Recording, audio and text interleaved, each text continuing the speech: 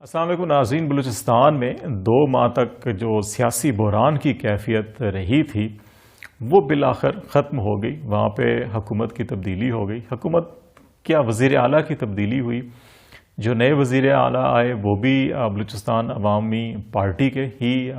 رکن اسمبلی ہیں، جو پہلے اسپیکر تھے بلوچستان اسمبلی کے۔ اس سے 2-3 چیزیں جو بڑی اہم ہیں جس پہ ہم بات چیت کرنا چاہ رہے ہیں۔ ایک تو اس کا جو پولیٹیکل آسپیکٹ ہے کہ اس تناظر میں اس ساری بلوچستان کی تبدیلی کو دیکھا جا رہا ہے کہ شاید یہ کہا جاتا ہے بعض حلقوں کے اندر کہ جو ISI کی چیف کی تقرری کے حوالے سے یا کچھ اور اہم فیصلوں کے حوالے سے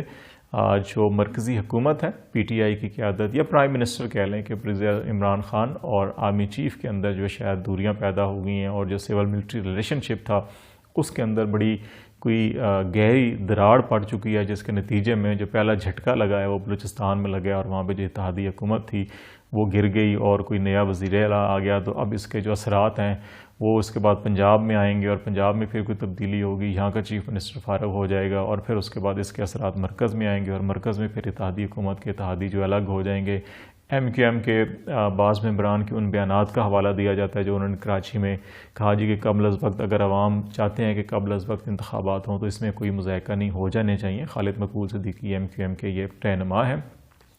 تو اس قسم کے بیانات کو اور اس قسم کی چیزوں کو لے کر، اور پھر اس کو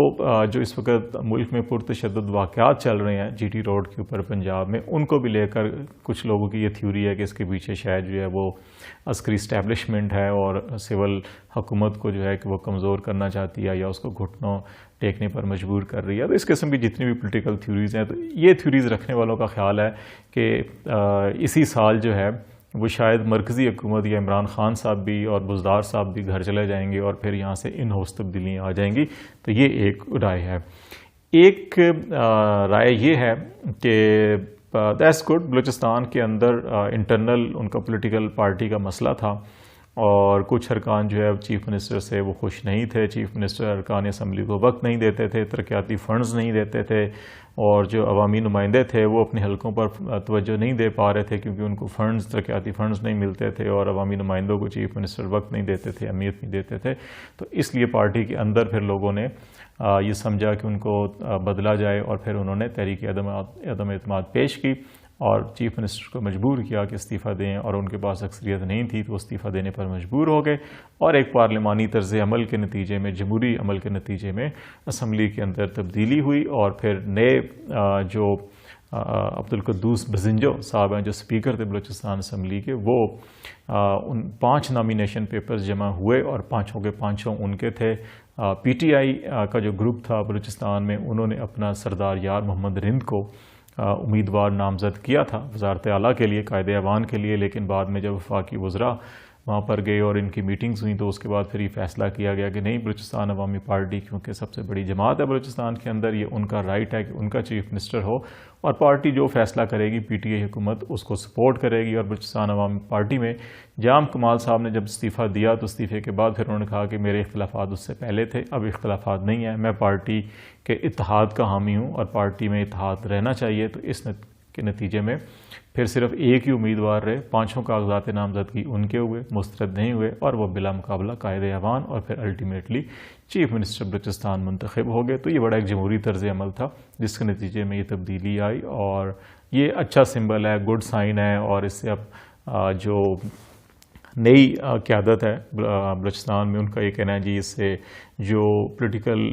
MPAs ہیں وہ امپاورمنٹ ہوں گے پولیٹیکلی، اکنامکلی، اور ہر MPA جو ہے کہ وہ اپنے حلقے میں چیف منسٹر ہوگا، اور اس سے عوام کے مسائل حل ہوں گے۔ تو دوسری رائے یہ ہے، میرا خیال ہے اس کے اندر جو سب سے اہم پہلو ہے جس کو نظر انداز کیا جا رہا ہے، اور وہ اب نہیں لیکن آئندہ آنے والے جب بھی کوئی سیاسی سیٹ اپ ہوگا، جو بھی سیاسی تحریکیں ہوں گی ود ان پارلیمنٹ، جب تبدیلی کی باتیں کی جا رہی ہوں گی، جو سب سے اہم بات ہے وہ یہ ہے کہ جو اسپیکر کا آفس ہوتا ہے وہ غیر جانبدار ہوتا ہے، چاہے وہ قومی اسمبلی ہو چاہے صوبائی اسمبلیاں ہوں۔ بدقسمتی کے ساتھ بلوچستان کے اندر جتنا بھی کرائسس تھا، ٹھیک ہے اس رائے میں وزن ہے کہ ان ہاؤس تبدیلی ہوئی ہے، پولیٹیکل پروسیس تھا، پارلیمانی پروسیس تھا، جمہوری پروسیس تھا، جس کے پاس نمبر زیادہ تھے وہ اس نے ایوان کا اعتماد حاصل کر لیا، چیف منسٹر بن گیا، جس کے پاس نمبر نہیں تھے وہ وہاں سے فارغ ہو گیا. That's good, fine. لیکن اگر اسپیکر کا آفس اس ساری کھیل کے لیے استعمال ہو رہا ہو، یا تو یہ ہے کہ بزنجر صاحب کو اس سارے عمل کے اندر جب انہوں نے پوری ایک گیم پلان بنایا، اس کو امپلیمنٹ کر رہے تھے، تو سب سے پہلے یہ اسپیکر کے آفس سے استعفیٰ دیتے،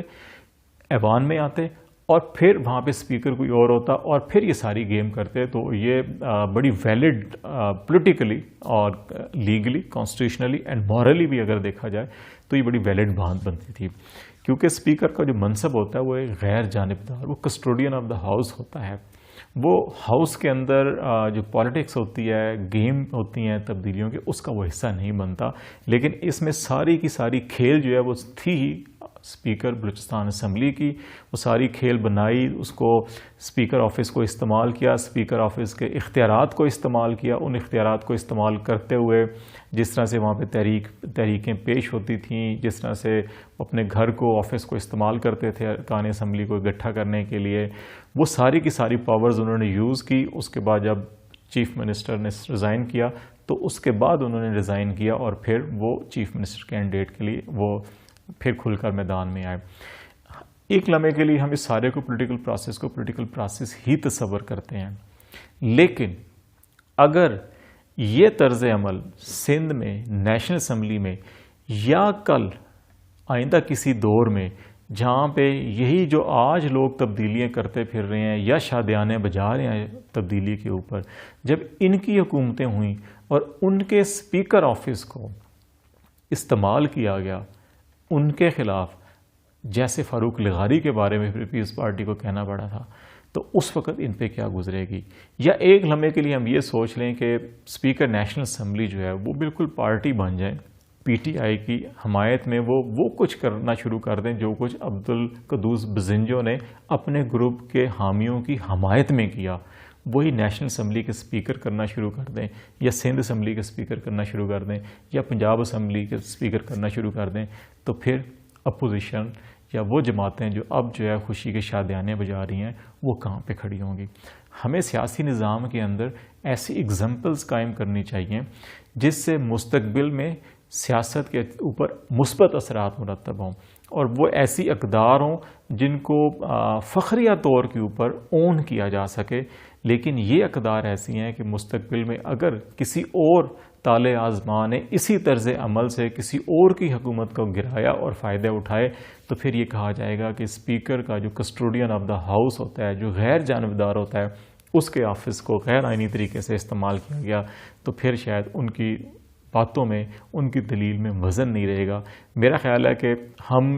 سیاست کے اندر بدقسمتی سے پاکستان کے اندر جتنے قوانین بنتے ہیں، جتنے آرڈیننسز جاری ہوتے ہیں، خواہ وہ نیب قانون ہو، کوئی بھی ہو، تمام سیاسی جماعتوں نے جب حکومت میں ہوتے ہیں تو اپنی من پسند قوانین، اپنے من پسند رویے، اپنی من پسند پالیسیاں بناتے ہیں، ان کو استعمال کرتے ہیں، خوش ہو رہے ہوتے ہیں کہ اپوزیشن کو رگڑا مل رہا ہے یا ہمارے مفادات کا تحفظ ہو رہا ہے. لیکن جب وہ اقتدار سے الگ ہوتے ہیں تو وہی تمام قوانین، تمام پالیسیاں، تمام جو رولز آف بزنس ہیں ان کے گلے میں ہڈی بن کے اٹک جاتے ہیں. پھر وہ چیختے چلاتے رہتے ہیں لیکن ان کی کوئی آواز سننے والا نہیں ہوتا. میرا خیال ہے کہ ہمیں ایسے قوانین، ایسے پالیسیاں اور ایسا جمہوری طرز عمل اپنانا چاہیے جو کل ہماری گلے کی ہڈی نہ بنے، بلکہ وہ ایسی فیسیلیٹیشن ہو جس میں عوام کی خدمت ہو، تعمیر و ترقی ہو، جمہوری اقدار، آئینی اقدار، قانونی اقدار کو تقویت ملے، ریدر دین کہ کسی ایک خاص گروپ، کسی سیاسی فرد یا کسی من پسندہ شخصیت کو فائدہ ہو. ایسے طرز عمل سے جمہوریت کی خدمت نہیں ہوگی بلکہ جمہوریت کو نقصان پہنچے گا،